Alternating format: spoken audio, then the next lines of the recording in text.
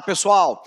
Na nossa aula de hoje, nós vamos tratar aí de um tema extremamente polêmico, né, que vem rendendo aí noticiário praticamente todos os dias, que é a decisão do governo norte-americano, agora comandado, né, pelo conservador Donald Trump, né, do Partido Republicano nos Estados Unidos, que vai vetar por 120 dias a entrada, né, de cidadãos de 7 países de maioria árabe islâmica, que, segundo Trump, né, são populações que estariam vinculadas, né, ao terrorismo internacional.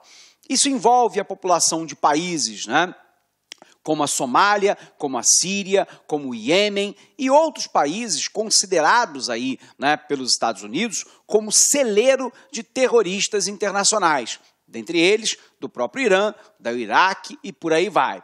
Bom, a gente precisa então entender um pouquinho a respeito dessa questão. Primeiro, pouca gente sabe, né, que Trump é o que nós chamamos dentro da política de outsider. O que pouca gente sabe é que esse outsider, essa pessoa de fora do meio político e que, de repente, adentra ao mundo político, já concorrendo a um cargo majoritário mais importante, que é o de presidente americano, ele começou a sua vida política no Partido Democrata, né, e não no Partido Republicano. Nós sabemos que o Partido Democrata nos Estados Unidos é considerado, abre aspas, um partido mais progressista, mais vinculado, né, às questões sociais, a uma intervenção maior do Estado na economia, e por aí vai. Nós sabemos, por exemplo, que Barack Obama, Hillary Clinton, Bill Clinton, todos esses, né, fazem parte do Partido Democrata. Só que nós temos do outro lado o Partido Republicano. O Partido Republicano é considerado um partido mais conservador, num certo sentido, um partido que adota as ideias de não intervenção do Estado na economia, que querem a aplicação do liberalismo econômico, aquela ideia de que a lei da oferta e da demanda consegue levar a economia para o equilíbrio e que, portanto, não se justifica a intervenção do Estado, né, no meio da sociedade. Bom, essas duas visões são visões muito díspares entre si. No entanto, Donald Trump começa a sua vida partidária no Partido Democrata, de lá ele vai para o Partido Republicano, embora nos Estados Unidos e dentro do Partido Republicano tenham muitos, né, como, por exemplo, né, o senador John McCain, ex-candidato, né, à presidência dos Estados Unidos pelo Partido Republicano, que parece se opor de maneira frontal ao discurso e às práticas, né, de Donald Trump. Tem criticado profundamente a maneira como Donald Trump se portou ao longo de toda a campanha e agora ocupando a presidência dos Estados Unidos. Então, observe que Donald Trump, né, para alguns analistas, sequer republicano de fato, defender as ideias históricas, né, dos republicanos nos Estados Unidos é uma verdade. Na verdade, Donald Trump, né, ele próprio já o disse em algumas oportunidades, que ele quer romper com esse marasmo, né, do meio político americano de democratas e republicanos, construindo aí, né, algo que seja completamente novo ou inovador no meio político. Bom, isso é uma questão. A outra questão é que durante toda a campanha de Donald Trump, né, ele se manifestou, né, com ideias que assustaram uma parte significativa dos Estados Unidos, membros do Partido Republicano e o mundo como um todo. Por exemplo, você se recorda que durante a campanha, e agora, né, repetindo, ele disse que construiria, né, um muro dos Estados Unidos para com o México, para impedir que os mexicanos mandassem para os Estados Unidos a pior sorte de pessoas. Segundo ele, os mexicanos mandam para os Estados Unidos drogados, prostitutas, assassinos e bandidos, né? E, portanto, né, ele acusou de maneira amplamente generalizada e, no meu entendimento, né, de maneira completamente incorreta, injusta, intolerante, xenofóbica, né, com aversão a estrangeiro, ao associar o fato de que todo imigrante, legal ou ilegal, né, mexicano nos Estados Unidos, está vinculado a algum tipo de ilicitude. Isso não é verdadeiro, isso não tem respaldo empírico na realidade. Uma minoria muito pequena de mexicanos nos Estados Unidos estão envolvidos com atividades criminosas, como, por exemplo, estão qualquer outro grupo étnico, por exemplo, como a máfia italiana nos Estados Unidos, como a máfia russa nos Estados Unidos, como o próprio narcotráfico em território americano formado por brancos americanos, por afro-americanos e por aí vai. Isso não é patrimônio ou exclusividade de apenas um grupo nacional ou étnico, né? Mas a identificação, né, que Donald Trump faz é exatamente essa, de que os mexicanos que vêm para os Estados Unidos são os piores do México e que, portanto, representam uma ameaça, né, à vida americana. Por um outro lado, ao longo de toda a campanha, ele também tem se manifestado como um machista, né, de fato. Por exemplo, perguntado lá se ele queria ter mais um filho, ele respondeu dizendo que sim. E a repórter perguntou por quê. Ele disse, porque é simples, né? Eu faço o filho, dou para ela, que é a esposa, Melania Trump, dou dinheiro e ela cria. Como se essa responsabilidade pela maternidade, pela paternidade, pela criação, fosse apenas uma questão de dinheiro, fosse apenas uma questão de pagar para que alguém cuide da minha prole. Por um outro lado, ele foi criticado, né, na entrega de um prêmio da Academia de Cinema norte-americana, né, por uma atriz extremamente importante, né, porque ele havia, durante a sua campanha, feito uma chacota contra um repórter, se não me falha a memória, do New York Times, que é portador de uma doença degenerativa que faz com que ele trema bastante e fale de maneira claudicante, né? Então, o Donald Trump teria imitado, né, esse repórter, né, com gestos de deboche, né, contra uma pessoa que claramente sofre, né, de uma doença degenerativa e que, portanto, tem muitas vezes uma tremedeira, uma fala mais claudicante e por aí vai. Ele também se manifestou fortemente de maneira islamofóbica, identificando a religião islâmica e o mundo árabe islâmico como terrorista. E isso também não é verdadeiro, isso também não é adequado, né, porque nós podemos afirmar que mais de 99% da população do Islã não tem qualquer tipo de vinculação com prática terrorista. Seria a mesma coisa que eu associar, né, a existência de crimes nos Estados Unidos com a população negra, né? Então, isso é algo considerado extremamente inaceitável, né, no mundo contemporâneo, onde o que nós pregamos é exatamente a tolerância, o que não significa dizer que o sistema americano de inteligência, a Agência Nacional de Segurança, né, a Companhia de Inteligência Americana, não deva manter controles rígidos para tentar impedir que grupos terroristas entrem em solo americano e pratiquem, né, atos terroristas contra o povo americano. Esse é um dever que é um dever dos Estados Unidos e é um dever de todos os países do mundo, que é proteger os seus cidadãos.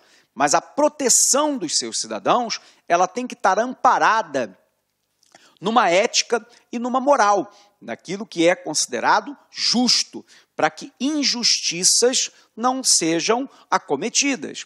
E aí, o discurso de Trump, né, assusta quando, por exemplo, ele fala que o mundo, né, de alguma forma, se aproveita dos Estados Unidos, né, e que isso, na sua gestão, não vai acontecer mais. Ele disse, por exemplo, que a ONU, tal qual está nesse momento atual, não serve para absolutamente nada. Disse também que a OTAN, que é a Organização do Tratado do Atlântico Norte, vive às custas dos Estados Unidos e que ele não vai permitir que isso continue acontecendo. Disse, por exemplo, que o Brasil mantém uma relação comercial privilegiada com os americanos em detrimento da América e que essa situação tem que mudar. O discurso dele é um discurso America's First, ou seja, América primeiro. O problema é que se a América for primeiro em toda e qualquer situação, todos os outros países estarão em segundo plano. E aí o mundo estará se submetendo, né, a um governo que diz que o que importa são os seus nacionais. A ética, a moral, os direitos humanos, o respeito ao outro, o diálogo, né, a tolerância, tudo isso será colocado em segundo plano para, de maneira megalômana, querer, né, retomar um poderio americano, se é que os Estados Unidos algum dia perdeu a sua capacidade de poder. Os Estados Unidos são a maior potência do mundo, tanto no campo econômico, quanto no campo militar, quanto no campo político. E nós estamos muito longe da América perder essa posição, né? Então, essa questão é uma questão muito difícil, né, de ser tratada. Nós temos, né, acompanhado muitas vezes o debate nas redes sociais e os alunos muitas vezes se posicionando, né, a favor desse tipo de discurso. Eu, particularmente, né, muitas vezes entendo o argumento dos meus alunos, embora não concorde com eles, né, porque, no meu entendimento, né, não é isso que é desejável enquanto humanidade. Isso, obviamente, repito, não quer dizer que nós devamos levar em consideração apenas critérios, né, de acolhimento, por exemplo, de refugiados, de acolhimento de pessoas que são imigrantes, sem levar em consideração, né, questões relativas à segurança nacional. Não é isso. Os critérios podem ser critérios extremamente rígidos no que diz respeito à admissão de imigrantes.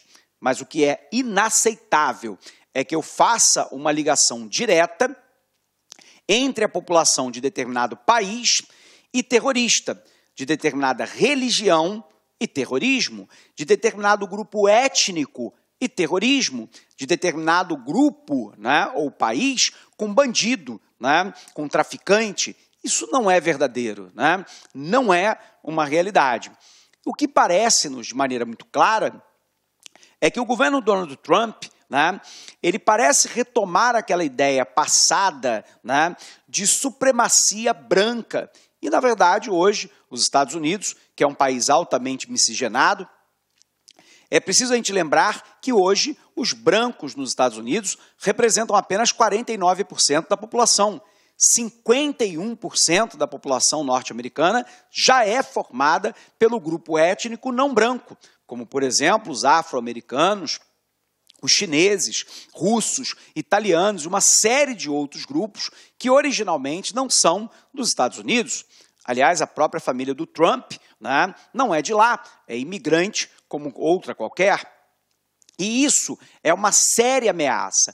Mas a questão de você barrar, né, cidadãos de 7 países, ele é uma afronta, né, de maneira muito clara aquilo que nós consideramos como civilizado e cria dramas particulares, né? Você teve, por exemplo, pessoas que trabalharam para o governo norte-americano no Iraque e no Afeganistão como tradutores, que se expuseram à ação de grupos terroristas como o Grupo Estado Islâmico ou ainda a rede terrorista Al-Qaeda, né, o grupo Al-Shabaab na Somália e por aí vai, e que esperavam, né, que em troca desse trabalho, né, pudessem migrar para os Estados Unidos, ter segurança lá e criar as suas filhos de maneira livre. E agora estão impedidos por essa decisão de Donald Trump.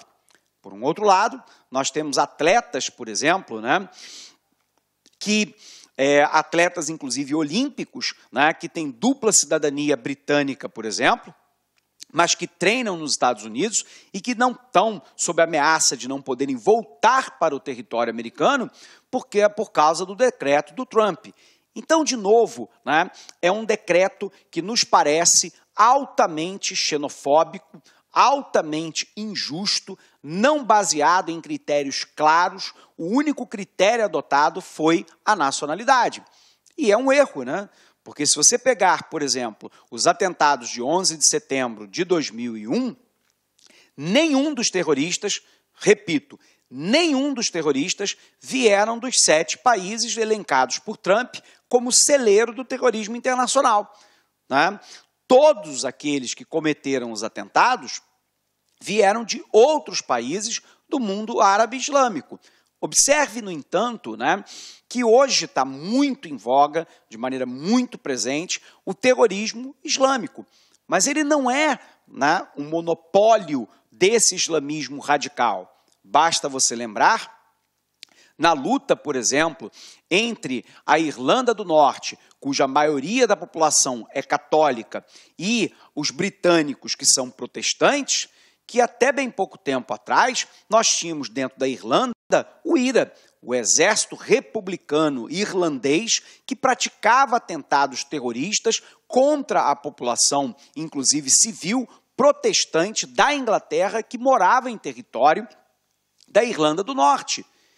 Então, o terrorismo, ele não é uma prerrogativa do mundo islâmico, porque nós estamos falando de um terrorismo praticado pelo IRA, e aí, obviamente, né, que isso não se estende, né, à religião cristã como um todo, mas no meio do seio cristão. Então, observe, né, que essa medida do Trump é uma medida xenofóbica, no meu entendimento, profundamente equivocada, ao identificar as pessoas de uma etnia, de uma religião, de um país. Olá, meus amigos, minhas amigas, sou o professor Luiz Antônio Carvalho, estou aqui para fazer um grande convite para vocês.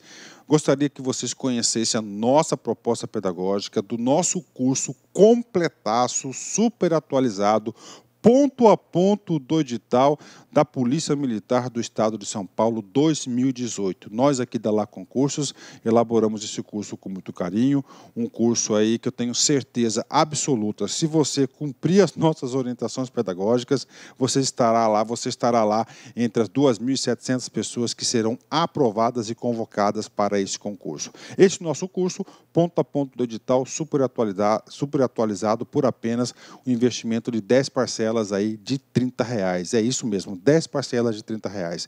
Bacana, meus amigos? Já esquecendo, se você quer o material de apoio dessa videoaula demonstrativa do nosso grande professor, basta você clicar aqui embaixo, fazer um cadastro no site, você pode ter o material de apoio dessa videoaula na sua mão a custo zero. Tá certo, meus amigos? Um forte abraço, espero vocês aqui na LAC Concurso. Fui, tchau! Clique lá.